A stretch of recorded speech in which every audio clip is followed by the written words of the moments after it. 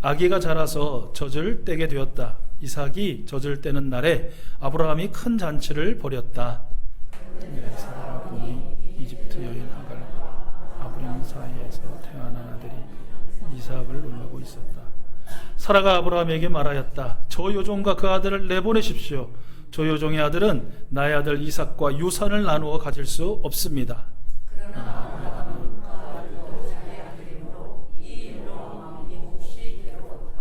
하나님이 그에게 말씀하셨다. 그 아들과 그 어머니인 여종의 일로 너무 걱정하지 말아라.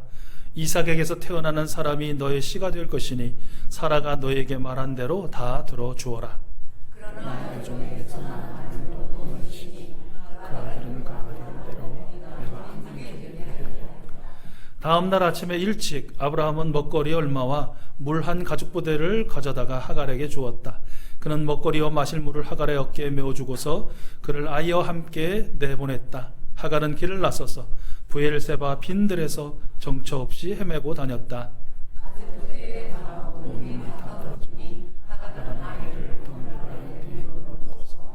아이가 죽어가는 꼴을 차마 볼 수가 없구나 하면서 화살 한 바탕거리만큼 떨어져서 주저앉았다. 그 여인은 아이 쪽을 바라보고 앉아서 소리를 내어 울었다.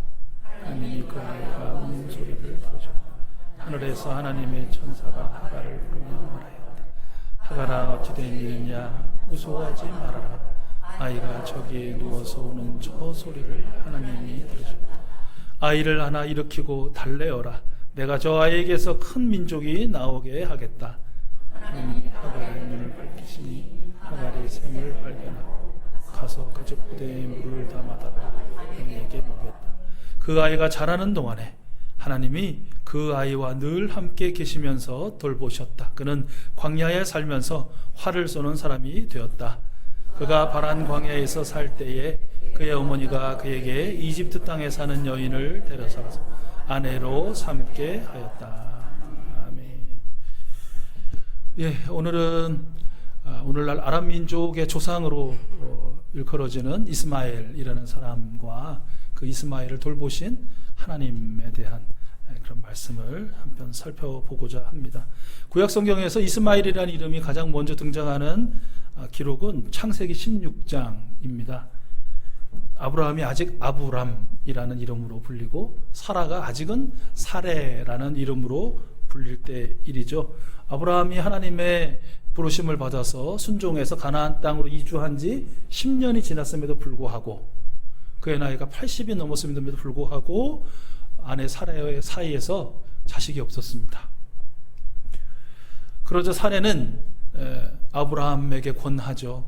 아무래도 우리 사이에 자녀가 생기지 않는 것 보니 하나님께서 허락지 않으신 것 같습니다.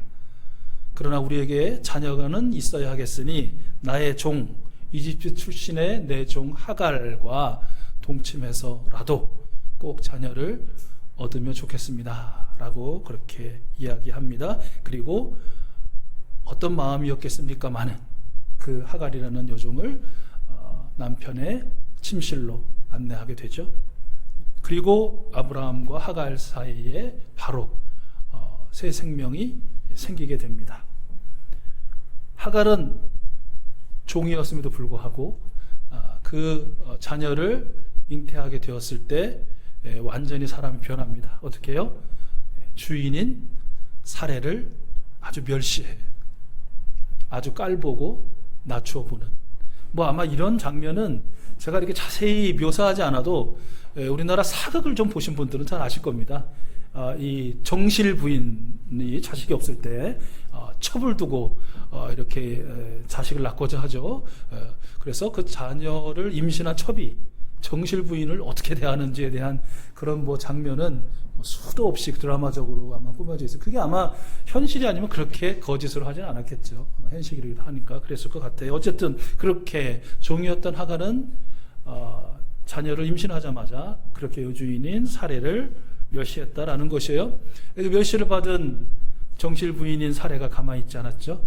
그녀는 말씀해 보니까 이 하갈을 학대했다라고 되어 있어요. 어느 정도 학대했냐? 그 귀한 생명을 임신한 하갈이 더 이상 여기 못 살겠다. 도망쳐야 되겠다. 나는 도망쳐서 어디로 갈 거예요? 그 종이, 그 아이를 뵌 임신부가, 산모가. 그럼에도 불구하고 그 집을 도망쳐야 되겠다. 그리고 실제로 도망칠 정도로 살해의 압박이, 학대가 심했던 것으로 보입니다. 그렇게 하갈은 집을 뛰쳐나가게 되죠. 헤매던 그녀가 나중에 나를 보시는 살아계시는 분의 셈이라는 부엘라 헤로이라는 셈 곁에서 하나님을 만납니다. 아니, 정확히는 하나님께서 그 하갈을 만나 주십니다. 천사를 보내서 얘기하죠. 여기서 이렇게 헤매지 말고 집으로 돌아가라. 너의 남편이 있는 곳으로, 그리고 너의 여주인이 있는 곳으로 돌아가라. 그리고 너의 여주인인 사레에게 복종해라. 그렇게 살아라 라고 명령하셔요. 그러면서 이런 약속의 말씀을 주십니다. 창세기 16장 10절과 11절, 우리 화면을 보시고 하나님의 천사를 통해서 하갈에게 주신 약속의 말씀, 언약입니다. 시작.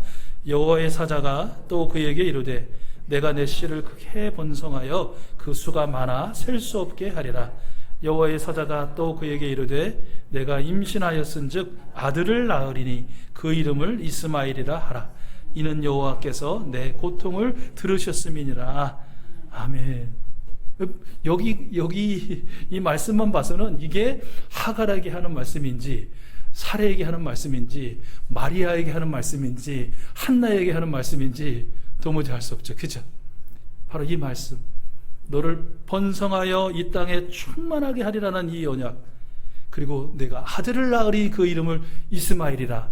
하나님께서 들으신다라는 그 이름을, 뜻을 가진 이스마엘이라는 이름까지도 장명해 주시는 그런 장면을 우리가 이 말씀을 통해서 알 수 있어요. 자, 이스마엘이라는 이름이 등장하는 두 번째 장면은 창세기 17장의 기록입니다. 창세기 17장은 이제 비로소 아브라함이 되고 사레가 사라가 되는, 하나님께서 이들의 영원한 하나님이 되어주시겠다는 그 언약을 맺는 장면이죠. 그리고 그 언약의 표징으로 할례를 받는 장면이 창세기 17장의 기록입니다. 그 할례의 실행 장면 중에 이런 말씀이 있어요. 창세기 17장 26절과 27절입니다. 우리 같이 화면 보시고 함께 읽겠습니다. 시작.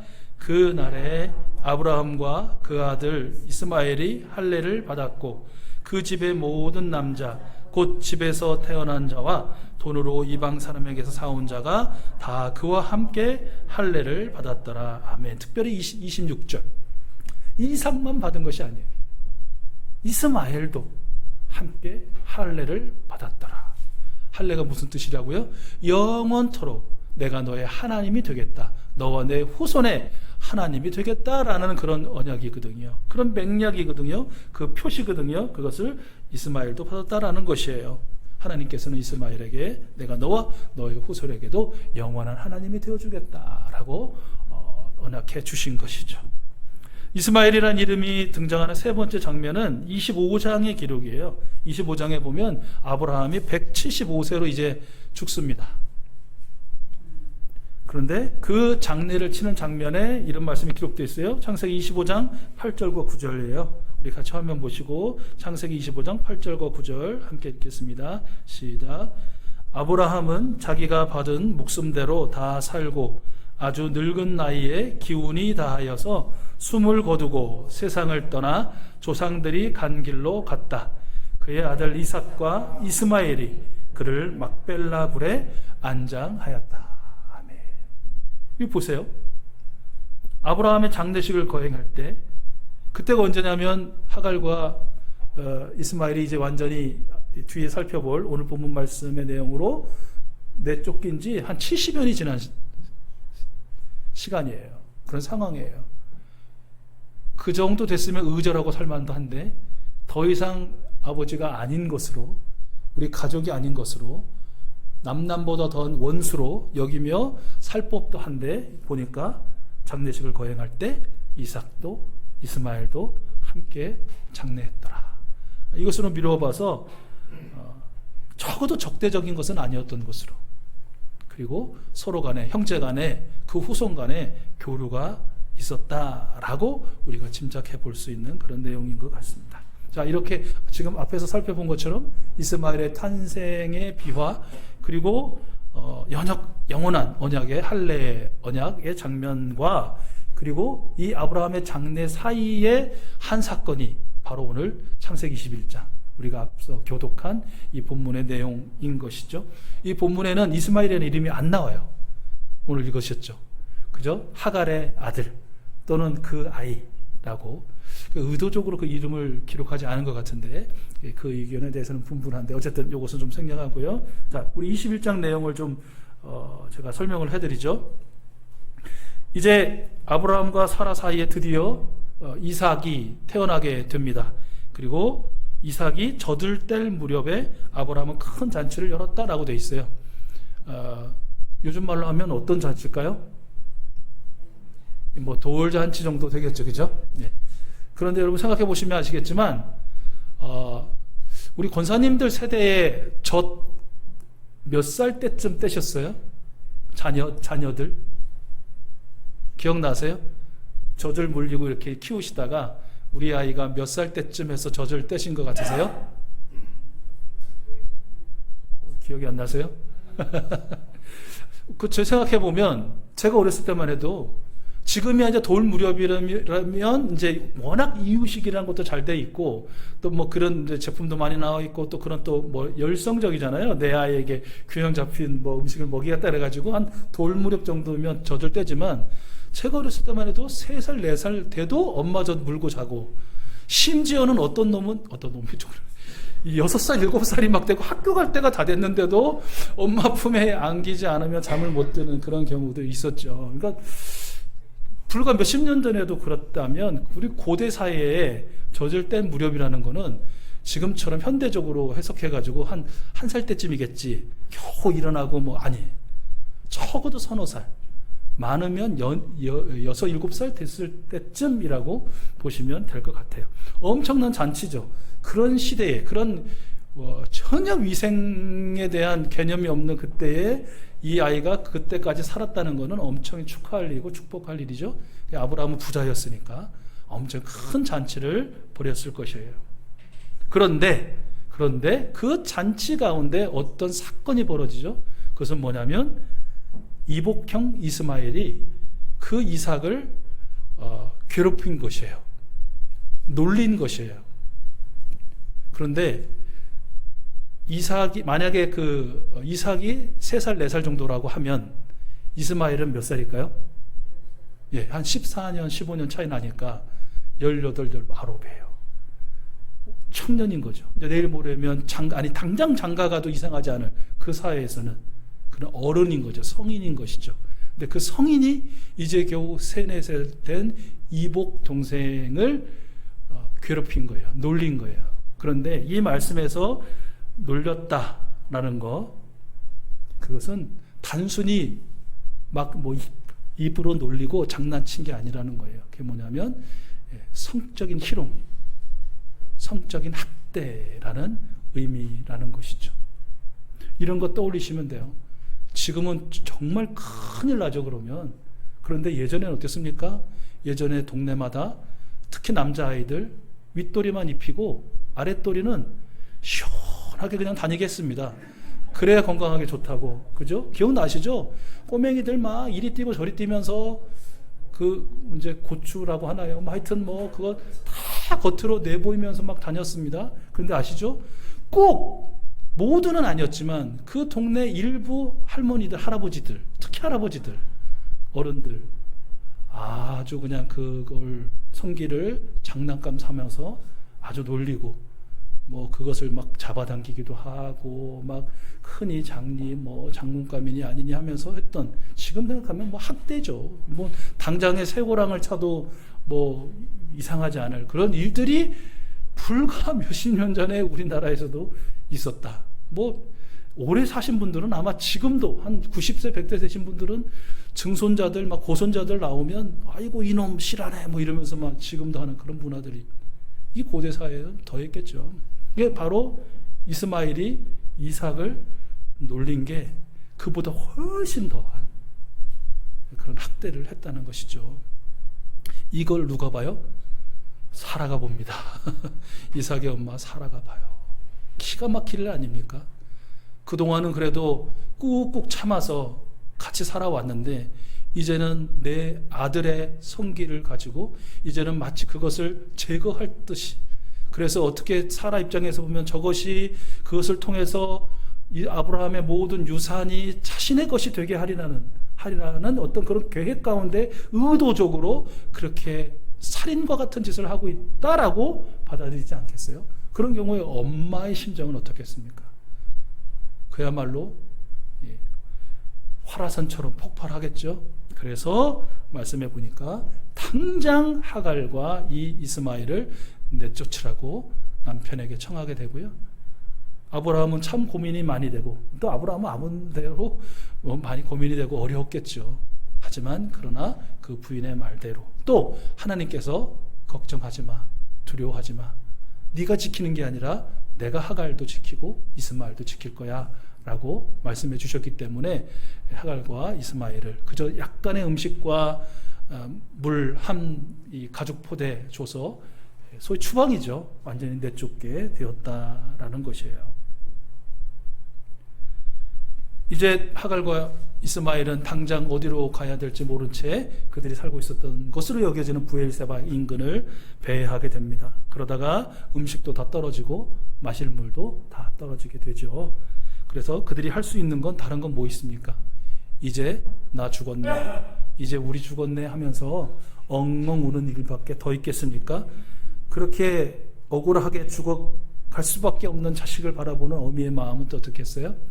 그래서 아들 곁에서는 못 울고 조금 떨어진 곳에서 그렇게 하늘을 향해서 소리내어 엉엉 울었다라고 되어 있습니다. 그때 그 소리를, 그 울음소리, 하갈의 울음소리와 그 이스마엘의 울음소리를 하나님께서 들으셨다라는 것이죠. 그리고 하나님께서 역시 하나님의 사자를 보내주셔요. 그리고 하갈을 위로해 주십니다. 울지 마라. 너의 울음을 하나님께서 들으셨다. 저 아이의 울음을 하나님께서 들으셨다. 어서 일어나서 아이에게 가서 아이를 달래주고 용기를 북돋아 줘라. 내가 저 아이에게서 큰 민족이 나오게 하겠다.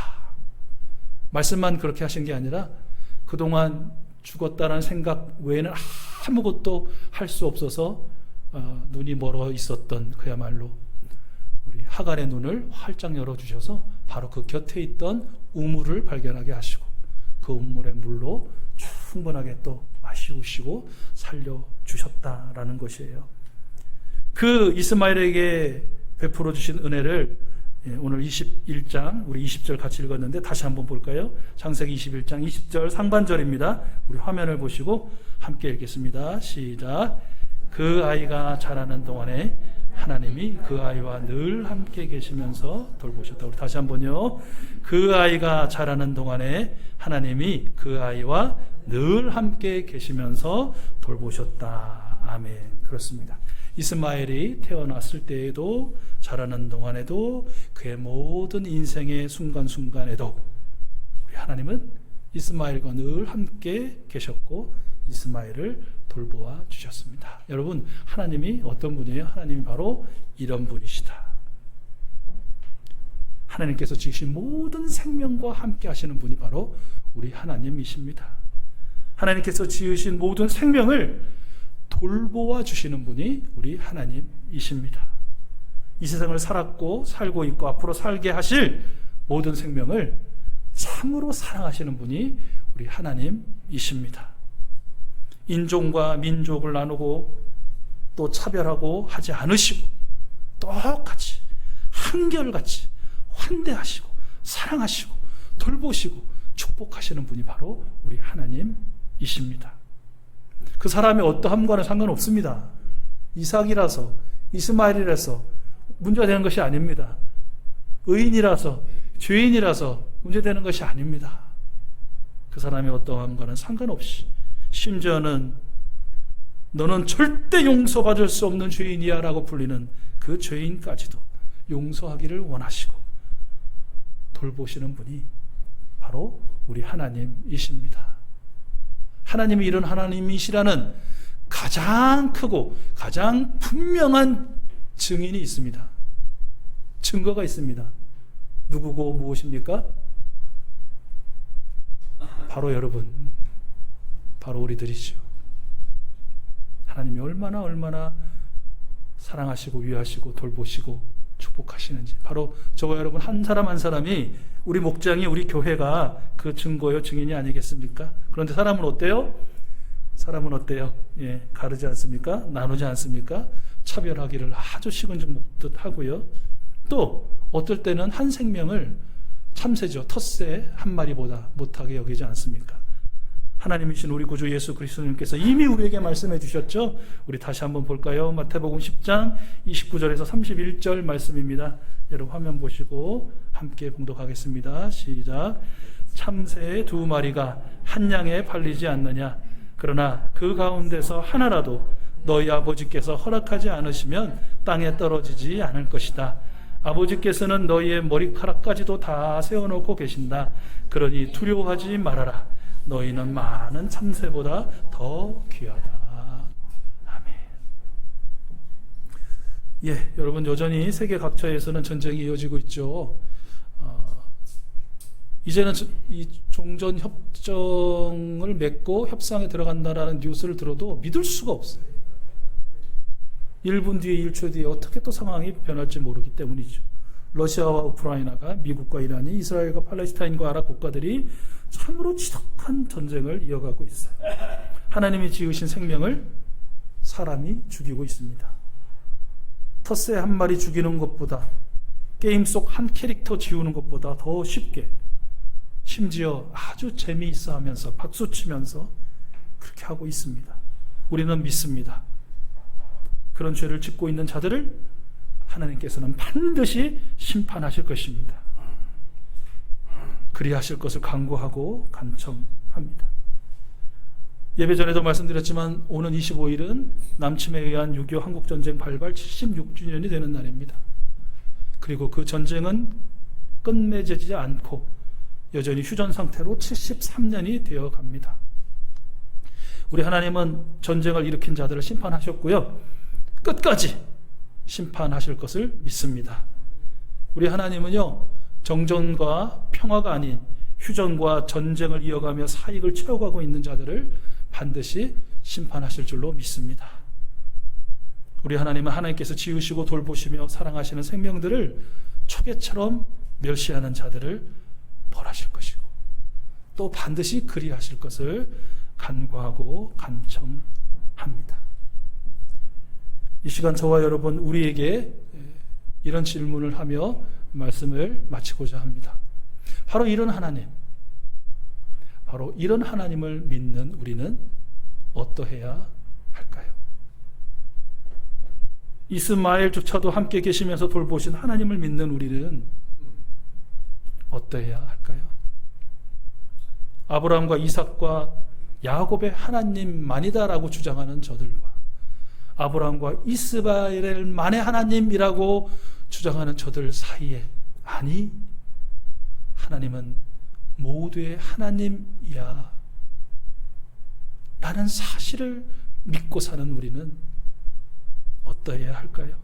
부끄럽고 죄스럽기 짝이 없는 우리, 바로 우리를 구원하여 주시고 지금 함께 계시면서 영원토록 돌보아 주시는 그 하나님을 믿는 우리는 우리의 가정 안에서, 우리의 목장과 교회 안에서, 우리의 사회 안에서, 그리고 이 지구촌 안에서 어떠해야 할까요? 이것이 오늘 예배 후에 또 이 한 주간에 우리들이 스스로에게 묻는 질문과, 또 우리 하나님과 교제하면서 하나님께서 주시는 그 답을 듣고 주신 그 답대로 살아가는 귀한 능력과 또 은혜와 믿음과 소망과 사랑의 날들이 될 수 있기를 축복합니다.